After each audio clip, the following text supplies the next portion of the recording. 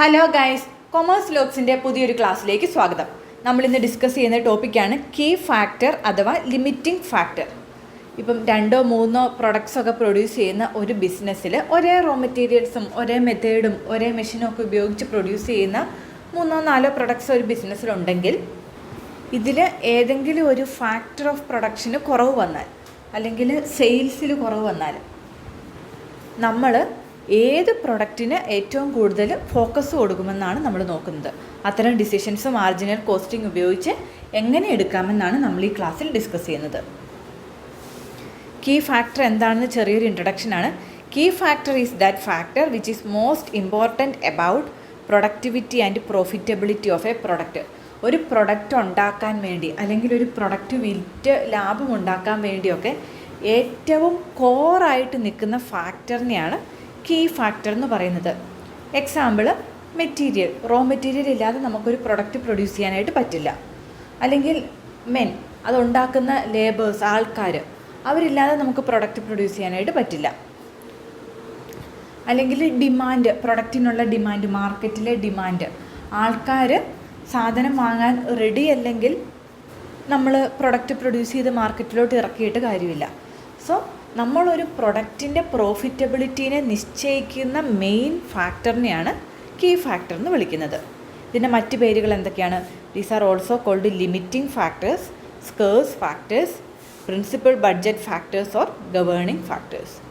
Limiting ഫാക്ടറിനൊരു എക്സാമ്പിളാണ് ഒരു കൺസ്ട്രക്ഷൻ കമ്പനി, പുതിയൊരു കൺസ്ട്രക്ഷൻ കമ്പനി തുടങ്ങി. അവിടെ ലേബേഴ്സ് തുടക്കത്തിൽ അതിന് പണിക്കാരെ കിട്ടാനായിട്ട് ബുദ്ധിമുട്ട് വരും. പക്ഷേ പണിക്കാർ ശരിക്കും ഇല്ലെങ്കിൽ നമുക്ക് ആ ഒരു ബിസിനസ് നല്ല രീതിയിൽ തുടർന്നുകൊണ്ട് പോകാനായിട്ട് പറ്റില്ല.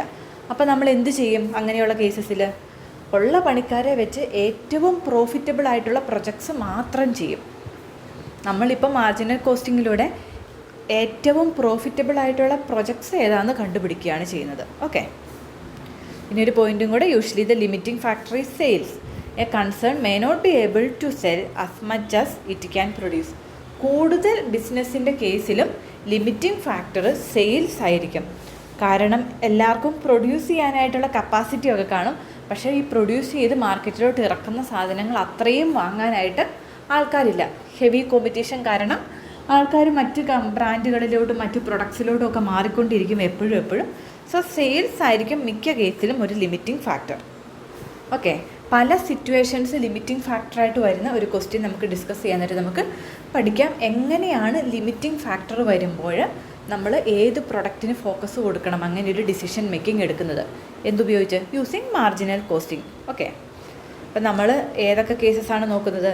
Total sale potential in units is limited. നമുക്ക് ഇത്ര യൂണിറ്റ്സേ വിൽക്കാൻ പറ്റുള്ളൂ, അങ്ങനെ ഒരു ലിമിറ്റേഷൻ വന്നാൽ. അല്ലെങ്കിൽ സെയിൽ പൊട്ടൻഷ്യൽ ഇൻ വാല്യൂ, ഇത്ര രൂപയുടെ പ്രൊഡക്ട്സേ വിൽക്കാൻ പറ്റുള്ളൂ, ഇത്ര രൂപയെ നമുക്ക് സെയിലിൽ നിന്ന് കിട്ടുള്ളൂ, അങ്ങനെ ഒരു ലിമിറ്റേഷൻ വന്നാൽ. അല്ലെങ്കിൽ റോ മെറ്റീരിയൽ കുറഞ്ഞ, അല്ലെങ്കിൽ പ്രൊഡക്ഷൻ കപ്പാസിറ്റി, ഇത്ര മണിക്കൂറേ മെഷീന് വർക്ക് ചെയ്യാനായിട്ട് പറ്റുള്ളൂ, അപ്പം നമുക്ക് ഏത് പ്രൊഡക്റ്റ് കൂടുതൽ ഊന്നൽ നൽകി പ്രൊഡ്യൂസ് ചെയ്യണം. ഇങ്ങനെ 4 ലിമിറ്റിംഗ് ഫാക്ടർ ഉള്ളപ്പോൾ 4 കേസിലും 4ആയിട്ട് തന്നെ ചെയ്യണം, സെപ്പറേറ്റ് ആയിട്ട് തന്നെ ചെയ്യണം. നമുക്ക് എങ്ങനെ ഏത് പ്രൊഡക്റ്റാണ് ബെറ്റർ എന്ന് കണ്ടുപിടിക്കണം. ഓക്കെ, ഇവിടെ ക്വസ്റ്റ്യനിൽ 2 പ്രൊഡക്ട്സ് തന്നിട്ടുണ്ട്, പ്രൊഡക്റ്റ് എയും പ്രൊഡക്റ്റ് ബിയും. പ്രൊഡക്റ്റ് എയുടെ സെയിൽസ് പ്രൈസ് 100, പ്രൊഡക്റ്റ് ബിയുടെ 110. പ്രൊഡക്റ്റ് എയ്ക്ക് എത്ര കിലോഗ്രാം മെറ്റീരിയൽ വേണം പെർ യൂണിറ്റ്? ഒരു യൂണിറ്റ് പ്രൊഡ്യൂസ് ചെയ്യാനായിട്ട് പ്രൊഡക്റ്റ് എയ്ക്ക് 5 കിലോഗ്രാം മെറ്റീരിയൽ വേണം, പ്രൊഡക്റ്റ് ബിക്ക് 4 മതി. ഇനി മെറ്റീരിയലിൻ്റെ കോസ്റ്റ് പെർ യൂണിറ്റ് എത്രയാണ്? ഒരു യൂണിറ്റ് പ്രൊഡ്യൂസ് ചെയ്യാൻ 24 രൂപയുടെ മെറ്റീരിയലാണ്, 5 കിലോയ്ക്കും കൂടി 24 രൂപ, അങ്ങനെ ആയിരിക്കണം. ഓക്കെ, 24 രൂപയുടെ മെറ്റീരിയലാണ് വേണ്ടത്. പ്രൊഡക്റ്റ് ബിക്ക് 14 രൂപയുടെ. വേജസ്, ഒരു യൂണിറ്റ് എ പ്രൊഡ്യൂസ് ചെയ്യാനായിട്ട് 2 രൂപയാണ് വേജസ്. പ്രൊഡക്റ്റ് ബിക്ക് 3. മെഷീൻ അവേഴ്സ് 2 മണിക്കൂറാണ് എക്ക് വേണ്ടത്, പ്രൊഡക്റ്റ് ബിക്ക് 3. വേരിയബിൾ ഓവർഹെഡ്, മറ്റ് വേരിയബിൾ എക്സ്പെൻസ് പ്രൊഡക്റ്റ് എക്ക് 4 രൂപയാണ്, പ്രൊഡക്റ്റ് ബിക്ക് 6 പെർ യൂണിറ്റ് ആട്ടോ ഇത്. അപ്പോൾ ഇത്രയും ഇൻഫർമേഷൻ തന്നിട്ടുണ്ട്. ഇതിൻ്റെയൊക്കെ ബേസിൽ ഇത്ര യൂണിറ്റ്സിനൊരു ലിമിറ്റേഷൻ വന്നാൽ, വാല്യൂവിൽ ലിമിറ്റേഷൻ വന്നാൽ, റോ മെറ്റീരിയൽ കുറവ് വന്നാലൊക്കെ ഏത് പ്രൊഡക്റ്റാണ് ബെറ്റർ എന്ന് നമ്മൾ കണ്ടുപിടിക്കണം. സോ മാർജിനൽ കോസ്റ്റിങ്ങിൽ എല്ലാ കേസിലും നമ്മൾ എന്താണ് കണ്ടുപിടിക്കുന്നത്? ഫസ്റ്റ്, മിക്ക കേസിലും തന്നെ കോൺട്രിബ്യൂഷൻ തന്നിട്ടില്ലാത്ത എല്ലാ കേസിലും നമ്മൾ മാർജിനൽ കോസ്റ്റിങ്ങിൽ കണ്ടുപിടിക്കേണ്ടത് കോൺട്രിബ്യൂഷൻ തന്നെയാണ്. ഇവിടെയും നമ്മൾ ഫസ്റ്റ് കോൺട്രിബ്യൂഷൻ കണ്ടുപിടിച്ച് വെക്കാം. ഓക്കെ, അപ്പോൾ സെയിൽസ് തന്നിട്ടുണ്ട്. പ്രൊഡക്റ്റ് എയ്ക്ക് സെല്ലിംഗ് പ്രൈസ് 100, പ്രൊഡക്റ്റ് ബിക്ക് 110. അതിൽ നിന്ന് വേരിയബിൾ കോസ്റ്റ് പെർ യൂണിറ്റിൻ്റെ വേരിയബിൾ കോസ്റ്റുകൾ തന്നിട്ടുണ്ട്. Material 24, labour 2, variable overhead 4 for product A. അപ്പോൾ 100-ൽ നിന്ന് എല്ലാം കുറച്ച് കഴിയുമ്പോഴത്തേക്കും 70 എയുടെ കോൺട്രിബ്യൂഷൻ കിട്ടും. ബിയുടെ എക്സ്പെൻസുകളെല്ലാം കുറച്ച് കഴിയുമ്പം ബിയുടെ കോൺട്രിബ്യൂഷൻ പെർ യൂണിറ്റ് 87 കിട്ടും. ഓക്കെ, അപ്പോൾ ഇത്രയും കണ്ടുപിടിച്ച് വെച്ചിട്ട് നമുക്ക് ഡിസിഷൻ മേക്കിങ്ങിലോട്ട് പോകാം. When total sale potential in units is limited. Units sale potential in units limited ആയാൽ നമ്മൾ എന്താണ് ചെയ്യുന്നത്? നമ്മൾ V will choose product with high contribution per unit. Contribution per unit കൂടുതലായിട്ട് വരുന്ന പ്രൊഡക്റ്റിനെ നമ്മൾ ചൂസ് ചെയ്യും. ടേബിൾ നോക്കിക്കേ, ഏത് പ്രൊഡക്റ്റിനാണ് കോൺട്രിബ്യൂഷൻ പെർ യൂണിറ്റ് കൂടുതൽ? എയ്ക്ക് 70, ബിക്ക് 87. സോ ബിക്കാണ് കോൺട്രിബ്യൂഷൻ പെർ യൂണിറ്റ് കൂടുതൽ. So sale potential in units limited ആയ we will choose B. So here product B, നമുക്കിങ്ങനെ കൺക്ലൂഷൻ എഴുതാം. എന്താണ്? സെയിൽ പൊട്ടൻഷ്യൽ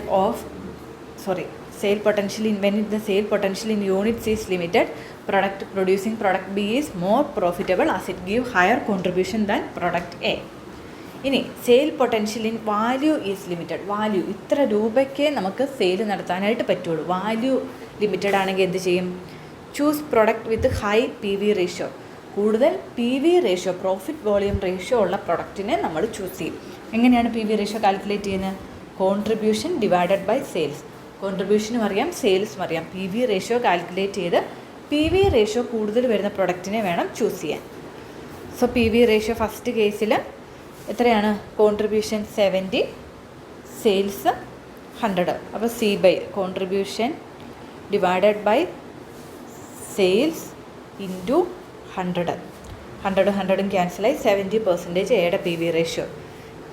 ബിയുടെ അങ്ങനെ തന്നെ കാൽക്കുലേറ്റ് ചെയ്യുമ്പോൾ 79.09. അപ്പോൾ സെയിൽ പൊട്ടൻഷ്യൽ വാല്യൂ ആണ് ലിമിറ്റഡ് എങ്കിൽ ഏതിനായിരിക്കും ഏറ്റവും കൂടുതൽ പ്രോഫിറ്റബിൾ? ഏറ്റവും കൂടുതൽ PV റേഷ്യോ ഉള്ള പ്രൊഡക്റ്റ് ബി തന്നെ. സോ അത് നമ്മൾ സെലക്ട് ചെയ്തെന്നും പറഞ്ഞ് here product B because PV ratio of B is higher എന്നും പറഞ്ഞ് എഴുതുക.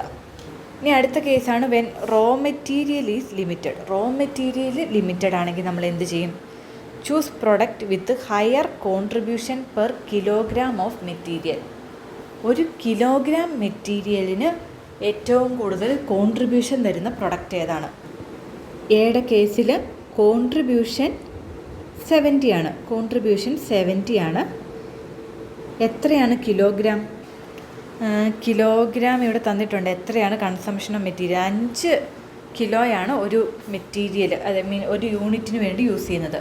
ഓക്കെ, അപ്പോൾ ഒരു യൂണിറ്റിൽ നിന്നും 70 കോൺട്രിബ്യൂഷൻ കിട്ടുന്നത്. ടോട്ടൽ എത്ര കിലോ വെച്ചിട്ടാണ് നമ്മൾ ഈ ഒരു യൂണിറ്റ് പ്രൊഡ്യൂസ് ചെയ്യുന്ന? 5. അപ്പോൾ 70 ഡിവൈഡഡ് ബൈ 5 ചെയ്യുമ്പോൾ നമുക്ക് എന്ത് കിട്ടും? കോൺട്രിബ്യൂഷൻ പെർ കിലോഗ്രാം കിട്ടും. ഓക്കെ, 14 ആണ് എയുടെ. അപ്പോൾ എയുടെ കോൺട്രിബ്യൂഷൻ പെർ കിലോഗ്രാം 14, ബിയുടെ അതുപോലെ കാൽക്കുലേറ്റ് ചെയ്യുമ്പോൾ 21.75 കിട്ടും. നമ്മൾ ഏത് സെലക്ട് ചെയ്യും? പ്രൊഡക്റ്റ് ബി സെലക്ട് ചെയ്യും. ഇനി മെഷീൻ അവേഴ്സ് ലിമിറ്റഡ് ആണെങ്കിലോ ഇതുപോലെ തന്നെ മെഷീൻ അവേഴ്സ് ക്വസ്റ്റ്യനിൽ തന്നിട്ടുണ്ട്. മെഷീൻ അവേഴ്സ് യൂസ്ഡ് എത്രയാണ്? എയുടെ കേസിൽ 2 ആണ്. എയുടെ കേസിൽ കോൺട്രിബ്യൂഷൻ എത്രയാണ്? 70 ഡിവൈഡഡ് ബൈ 2. അപ്പോൾ ഒരു അവറിൽ എത്രയാണ് കോൺട്രിബ്യൂഷൻ? 35. ബിയുടെ കേസിൽ കോൺട്രിബ്യൂഷൻ എത്രയാണ്?